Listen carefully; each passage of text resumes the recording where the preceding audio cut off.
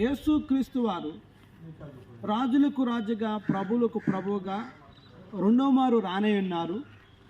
అనేకులు అనుకుంటున్నారు ఆయన వస్తానన్నాడు, ఆయన చెప్పినాడు, కానీ ఆయన రాకడ ఆలస్యమైనది, ఆయన రావట్లేదు అని అనేకులు అనుకుంటున్నారు.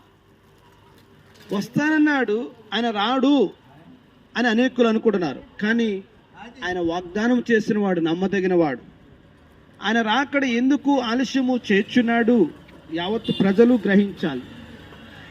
ఆయన ఎందుకు తన రాకడను ఆలస్యము చేర్చున్నాడనగా, ఎవరునూ నశించటము ఆయనకు ఇష్టము లేదు, అంతటా అందరూ రక్షణ పొందవలనని, పరలోక రాజ్యమును చేరుకునేట కొరకు వారి పాపముల గురించి వారు పరిశీలన చేసుకుని ప్రభువుని యేసు క్రీస్తు చేసిన శిలువ బలియాగమునందు హృదయములు ఇస్తారని ఉద్దేశముతో ఆయన అందరి కొరకు ఆయన రాకడను ఆలస్యము చేర్చున్నాడు.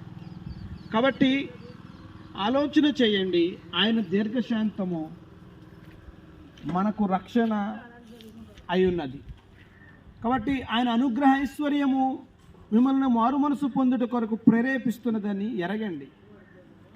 ఆయన ఆలస్యము చేర్చున్నది నీ కొరకే, నువ్వు ఆయన గురించి తెలుసుకుంటావని, పాప శాపముల నుండి విడుదల పొందుకున్నట్లుగా నీ హృదయములకు స్థానం ఇస్తావని ఎరిగి ఆయన నీ కొరకు ఎదురు చూస్తున్నాడు.